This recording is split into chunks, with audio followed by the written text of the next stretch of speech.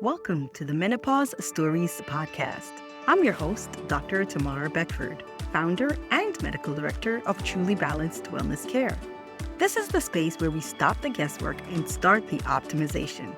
We're pulling back the curtain on that midlife hijack and giving high-achieving women the clinical roadmaps and unfiltered stories they need to reclaim their edge. Let's get into today's story. You're doing everything right. You're eating clean, you're walking 5 days a week, you're drinking water, tracking your meals like it's a part-time job. And then one morning you step on that scale and it was up again. Again. So at this point, you just sit at the edge of your bed and tears begin to roll down your cheek. No matter what you do, you're noticing this weight is just creeping up and up and up. Now, the tears are rolling down your cheek, but it's not only because of the number on that scale, but because you just start to feel like a stranger in your own body and you have no idea why. You're not alone. Thousands of women today are going through the same thing, right?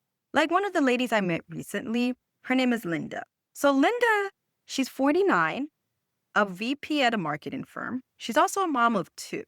So she's a woman, she has navigated every curveball in her career and in her family and anything that they've thrown at it. She's been able to navigate that with grace and with power, and most importantly for her, with control. But this right here is starting to feel uncontrollable. And that is the most terrifying part for her. So if any of Linda's story sounds familiar, you're exactly in the right place. Welcome to Menopause Stories. This is the podcast for high-achieving women who refuse to just push through. I'm Dr. Tamara Beckford, and today we're diving into one of the most common and most misunderstood symptoms of menopause and perimenopause, and that is weight gain. Not the kind that you can fix with willpower, the kind that happens on that hormonal level. It's deep inside your body, and often it happens before you even realize that you've crossed into this zone of perimenopause. Today, I'm going to walk you through the top 5 reasons this happens, because once you understand the why, everything changes. And I'm going to give you real actionable steps for each one. Stay with me, guys. I know. But here, reason number 5, you really want to stay until you hear that, because that's one of those that most doctors never even bring it up. And it might be one of the most important of all. Alrighty. So let's deep dive into reason number 1. The big hormonal shift that kicks everything off. And that is the estrogen decline. So the estrogen decline starts to change where your body stores its fat. Here's one thing most women don't know. Estrogen actually plays a role in fat distribution. When you're in your reproductive years, estrogen encourages your body to store fat in the hips and the thighs. Yes, now it makes sense when we think about it, right? That pear shape that most of us have spent our years wishing was very different. It really was because of estrogen, and estrogen did it intentionally. So it was partially to protect us in the fertility process. But when estrogen level starts to drop, and when we think about that starts happening in our late 30s, that's well before your last period, by the way, ladies. Your body starts to shift where it's storing its strategically where it's storing its fat, right? So it starts shifting that in that late part of the 30s. Now, a lot of us, we're still like exercising, you're still moving around, so you're still able to energy in and output, you're getting the results. Mid-30s, you're like, okay, I'm going to ramp it up in the gym. I'm going to do the calorie counting, and you might still get results there. You still got a bunch of estrogen working on your side. So you might notice that you're getting results there in your 30s. But then once you hit your 40s and even in your 50s, you start to notice things change, right? Suddenly, fat starts accumulating not just around the hips, but around that midsection, your waist, your abdomen, your belly. You're like, okay. And now it's not willpower. So you're putting in that energy and caloric restriction, but you're not seeing the same results that you did back when you were in your early 30s, especially in the 20s. And then you start thinking, is this is about willpower? But no, that's not correct. This is about biology. And here's what makes it even more frustrating. This visceral fat, which is the fat that we're not even seeing. We are seeing the external fat, but there's another layer that's a visceral fat that's around your organs. It's metabolically active. What does that mean? It means that it's not just sitting there, it's actually increasing inflammation, it's disrupting your insulin sensitivity, and it's increasing your risk of cardiovascular diseases. Now, what is it that we can do? Because it's like, thank you, Dr. Beckford. You've just stressed me out even more talking about this visceral fat. What is it that I can do about this? Okay. First, strength training. So I know that you've heard this before, but I want to really tell you why it really matters specifically here. Now, when we think about the exercise, we usually, I don't know if you guys remember, we'd like, okay, well, I'll just go running a little bit more and we're doing more cardio. We're ramping up our cardio, especially in our mid 20s, our early 30s. The cardio was able to get you some of the results. But once we hit those late 30s, the 40s, the 50s, and above, we need to really, cardio alone is not going to cut it. Let's just put it like that. And cardio, yes, it's important, but we need to build those muscles. Now, don't hear what I didn't say. I'm not saying that if you're in your 20s and your early 30s that you should not be doing strength training. Yes, you should be, but it's even more important when you're in that perimenopause and menopause period. Why? Because the muscle burns more calories at rest than the fat tissue does. And as our estrogen drops, we naturally lose muscle mass. When you're losing muscle mass, if the muscles burn more calories than fat does, and we lose our muscle mass, that means our metabolism starts to slow down.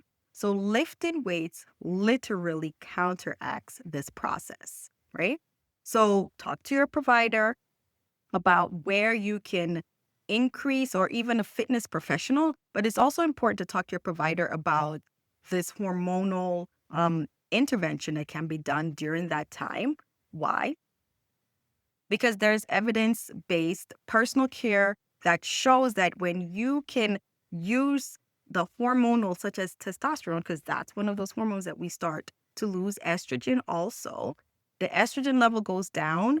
If we start to replace our estrogen, you are literally doing some preventative care right now, right? So it's not just like, okay, well, I want to be on hormone replacement therapy because it is the thing out and everybody's talking about it and it's trending. We're really talking about preventative care right now.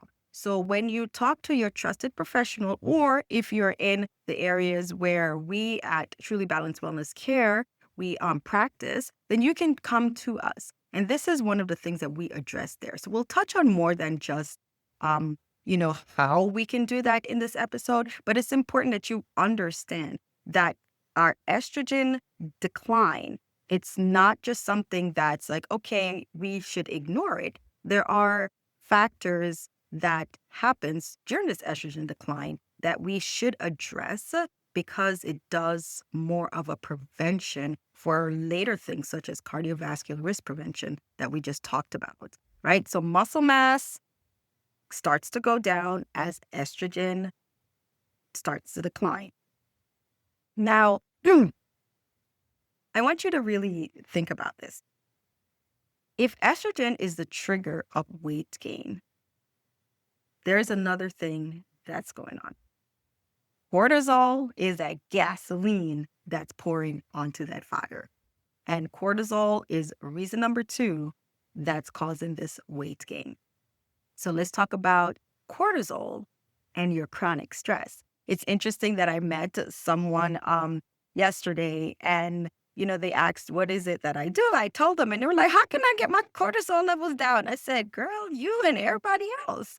Because the stress that everyone is under right now, there's so much increase in cortisol in a lot of us in our day to day life, right?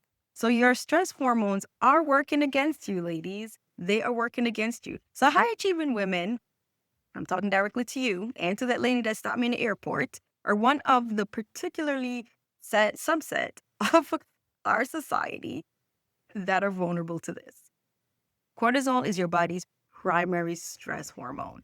And in healthy amount, it helps, to wake you up. It helps you tackle those challenges. You're like, okay, that last minute thing, those of us who are like, you know, procrastinators, not saying it as you, but you might feel like you get a little bit more energy later on when it counts at that edge of the deadline. You tackle those challenges and you respond to those emergencies.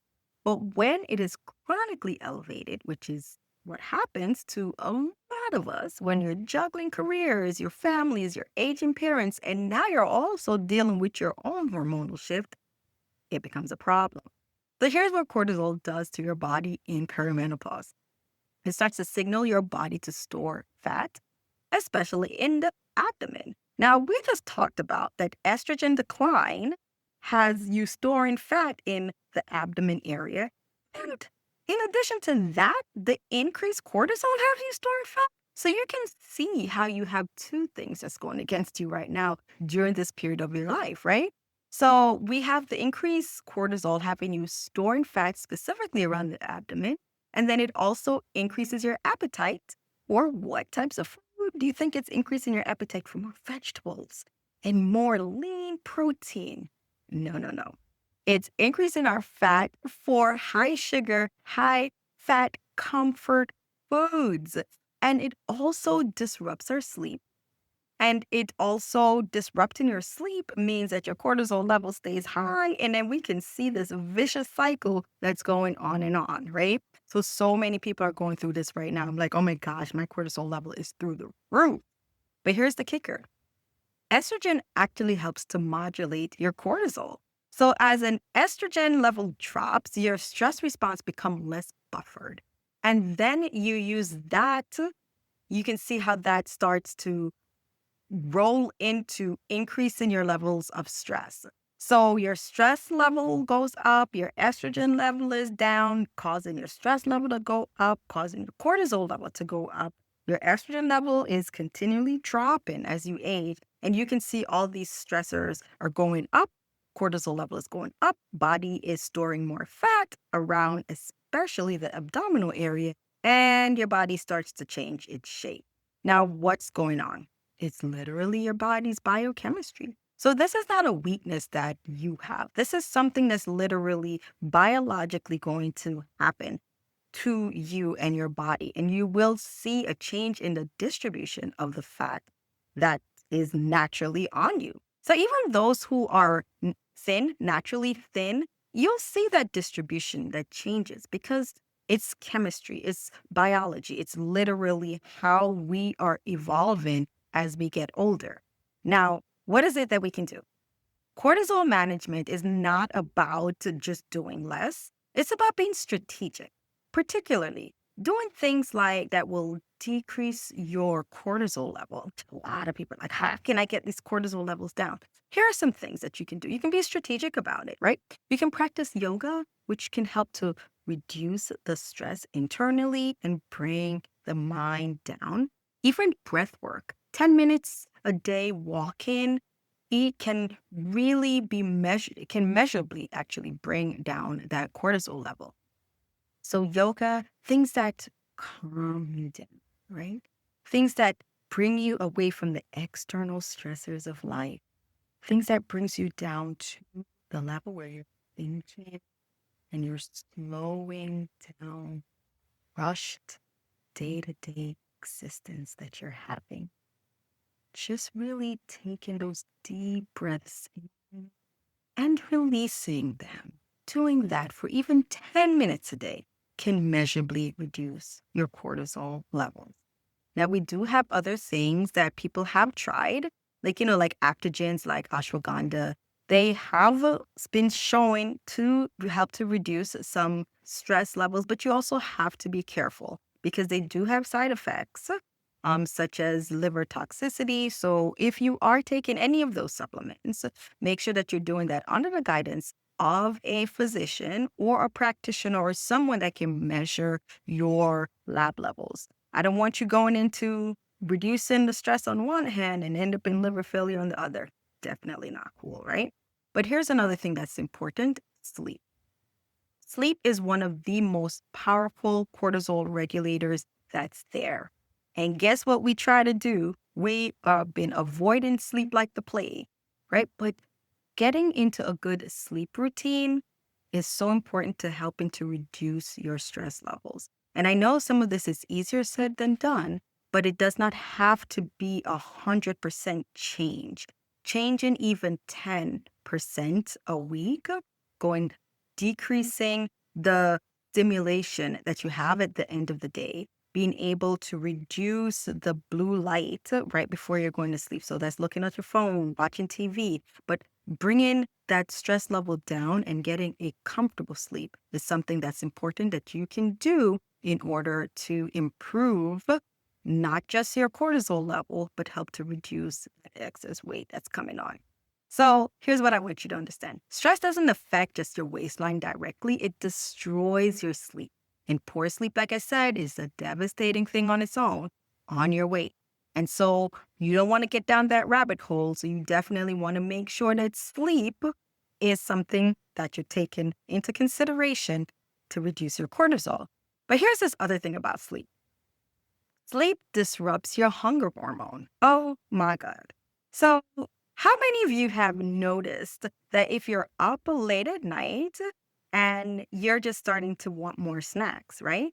Because bad sleep rewires your hunger. And this is what's going on. If you're in perimenopause or even menopause, there's a good chance that you're not getting that much sleep. Or if you are going to sleep, you're tossing and turning. You're probably having that night sweats, or you're waking up at 3 a.m. in the morning and your mind is just da-da-da-up, da-da-da-up, da-da-da-up, da-da-da-up, da-da-da-up, da-da-da-up. You just cannot calm it down, right? You're either having insomnia or you're just having racing thoughts over things that just makes no sense. Like, why am I trying to figure this out at 3 a.m. in the morning when I know I need to get up by 6 in order to start my day, da-da-da-da-da. But here's what most women don't realize. That poor sleep does something to your appetite as well. Yeah. So when you sleep less than 7 hours, two things starts to happen.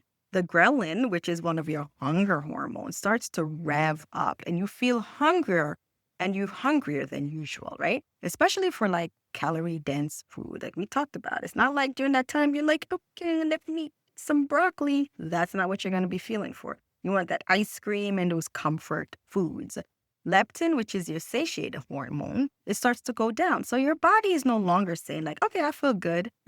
It's just like that signal gets turned off and you're just eating, eating, eating, eating, eating. So when you start to eat more and you're eating more food that are calorie dense, and a lot of that are usually carb related food that's not really bringing a lot of nutrients in, and you're just eating more and more of it, you start to see some of the changes in your body. So you're feeling less full, you're having less energy, and your willpower to eat the healthier food starts to go down. And this is on top of the fact that we just talked about. Estrogen starts going down and your cortisol is spiking. So now we can see why the scale starts going up, right? So you have like three things going on against you at once right now. What is it that we can do? All right, so sleep hygiene matters. We talked about that. Cool in the bedroom for some people, like 6 to 8 degrees for them. For me, I'm from Jamaica. 6 to 8 degrees is just too cold. But I can't keep it a little cooler than my normal mid 70s so that you can get a good night rest, right? Some people even do cooling blankets.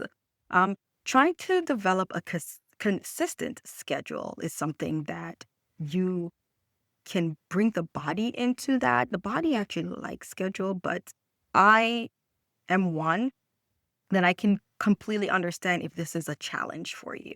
Me, for many years, I work as an emergency medicine physician. So those of us who work on shift work, where you're up, down, your night is day and day is night for everyone, you can understand how challenging that is on our body and how challenging it is for us to be consistent with sleep. But trying to have a consistent schedule is something that you should yearn towards in order to really help the body.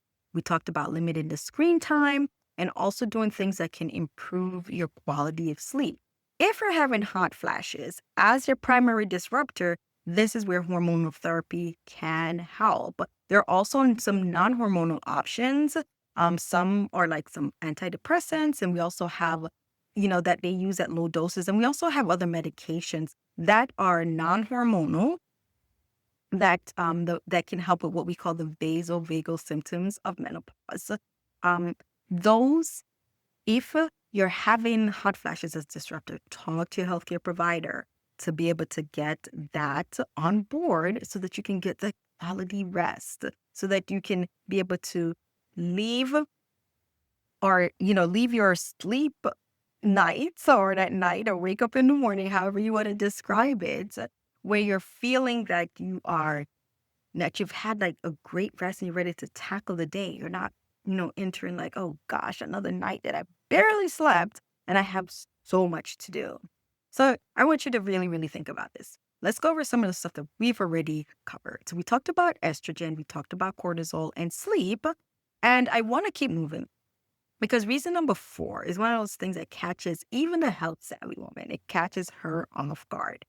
And it has to do with your insulin, your blood sugar, and why your carbs are hitting differently than it used to. So, reason number 4 is this insulin resistance that starts happening.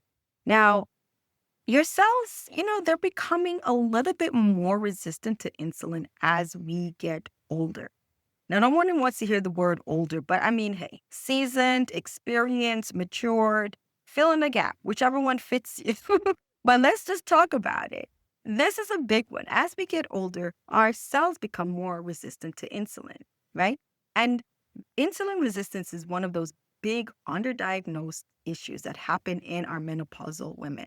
So insulin is a hormone it's what it does. It moves sugar from the bloodstream into the cells. So the cells uses that sugar for energy. Now, in a healthy, balanced system, it works beautifully, right?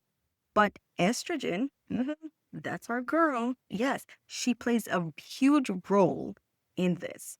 And it's what she does is she allows the cells to be sensitive to insulin.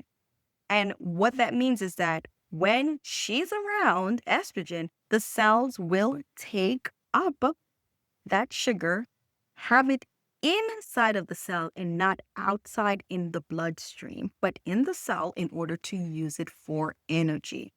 When the cells are insulin resistant, there's less of that sugar going into the cell, and most of it is staying in the bloodstream, right?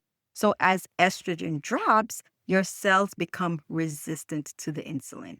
So you are now at that phase where most of the sugar is staying in the bloodstream, it's circulating. And then what is your body going to do? Okay, let me pull that up as fat.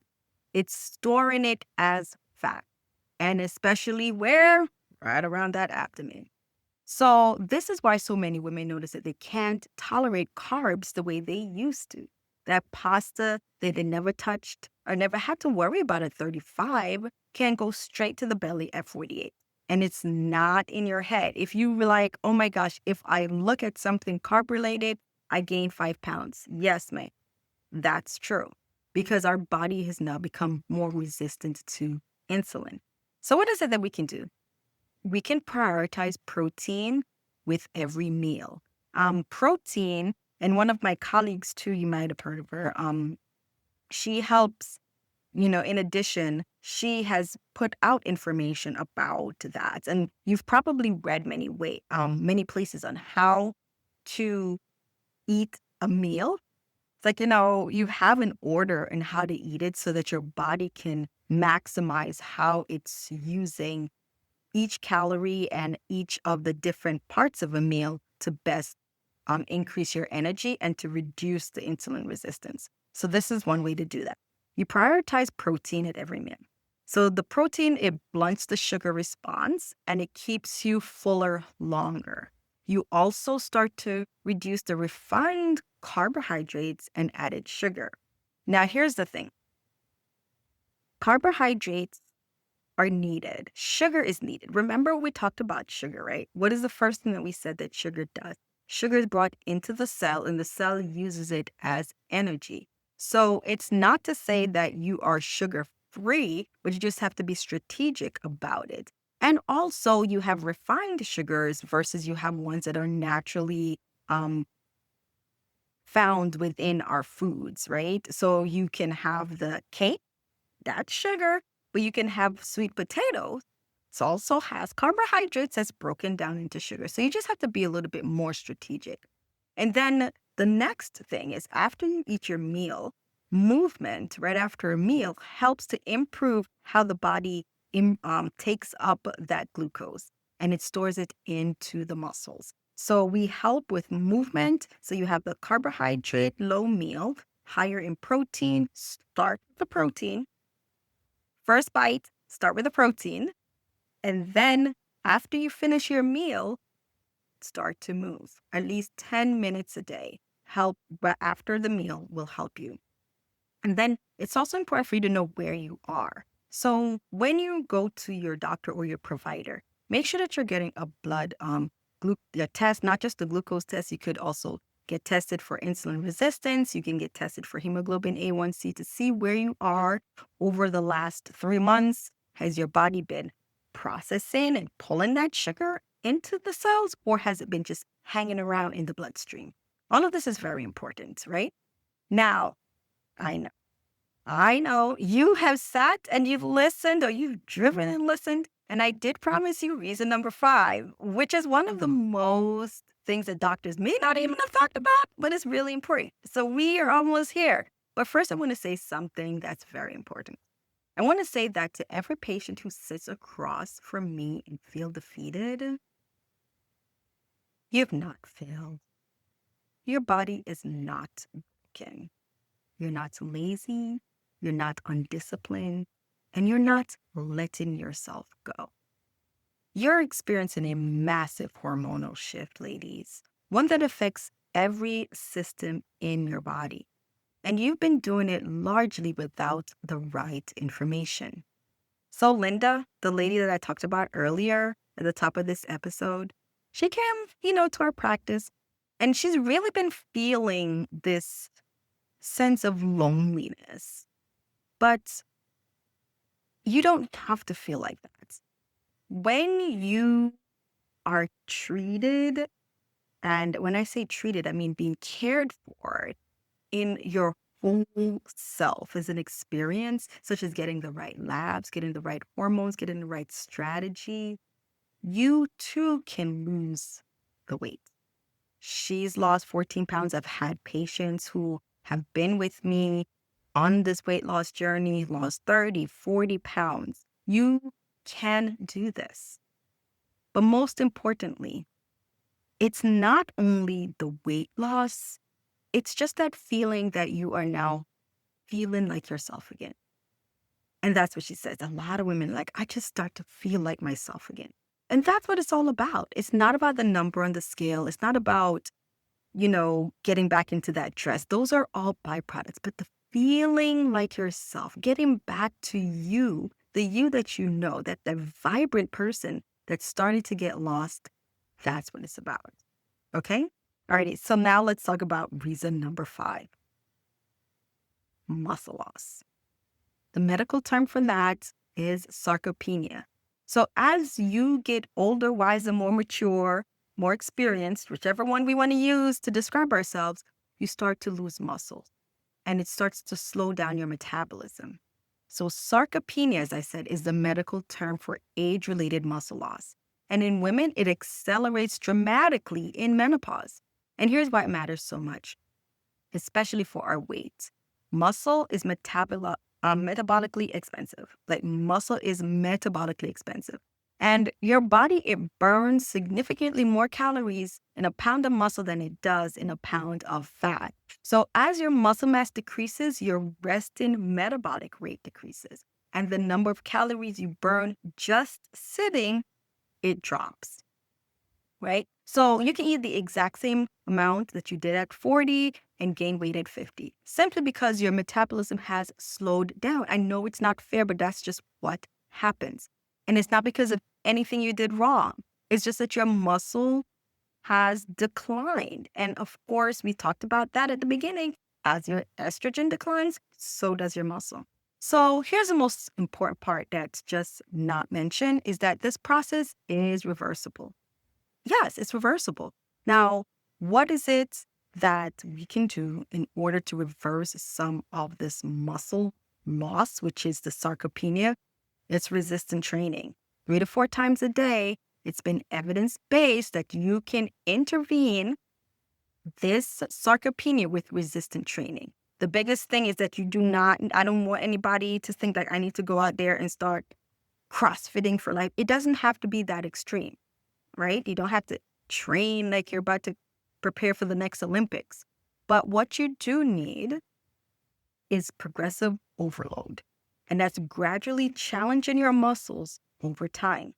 We talked about protein intake. So protein are the building blocks of muscles. So protein intake is also important. But most importantly, we need to remember that menopausal women, we at times eat far too little protein. And protein is the building block of some of our muscles. It's a building block of that. So we need to aim for at least 0.7 to 1 gram of protein per body weight daily.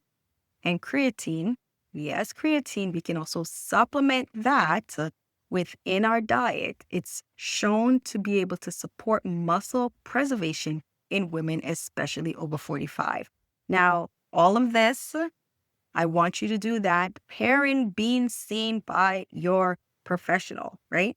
I don't want you overloading on creatine and damaging your self, but it is important to add that as a part of your routine so that you can preserve these muscles because, ladies, we're going to need them as we get more mature, older, wiser, depending, you can fill in the blank, whichever one you use to describe yourself, right?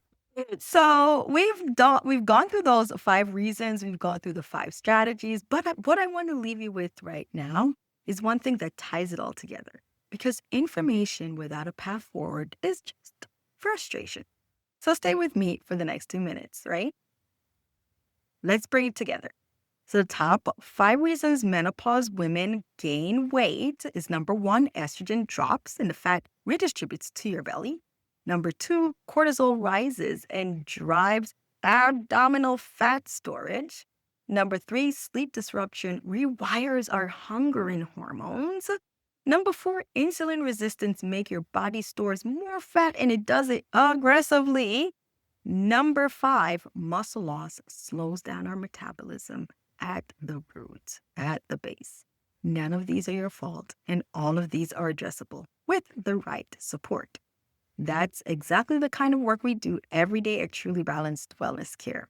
We are a telemedicine practice built specifically for women navigating perimenopause and menopause, and we look at the whole picture: your labs, your hormones, your lifestyle, and your history. Because you deserve more than someone handing you a pamphlet and telling you eat less and move more, right? So if you're ready to stop guessing and start getting answers, visit us at www.trulybalancedwc.com. We offer virtual appointments, which means that you can access care from wherever you are. And mention Menopause Stories podcast when you book. Would love to know where you found us. And to every woman listening, I want to thank you for being here. Thank you for seeking this information, for advocating for yourself, for refusing to accept that this is just part of getting old. This is the part of the transition, but it does not have to be a part of your life that has to be permanent, right? You do not have to sit in that discomfort and just let it happen. You can continue taking charge of your life. So until next time, take care of yourself because you know what? You deserve it. This episode is brought to you by Truly Balanced Wellness Care. Most high-level women are told that their labs are normal while they're struggling to lead through brain fog and fatigue. At Truly Balanced, we don't settle for not sick. We architect for peak performance. Whether you need a 30-minute hormone strategy session to audit your labs or are ready for our 3-month Jumpstart Intensive, we provide the physician-led roadmap to get you back to your best. Visit the link in the show notes or go to www.trulybalancedwc.com to secure your spot. Now, back to the conversation.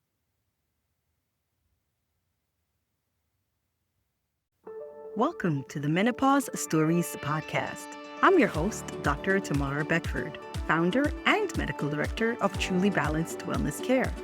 This is the space where we stop the guesswork and start the optimization. We're pulling back the curtain on that midlife hijack and giving high-achieving women the clinical roadmaps and unfiltered stories they need to reclaim their edge. Let's get into today's story.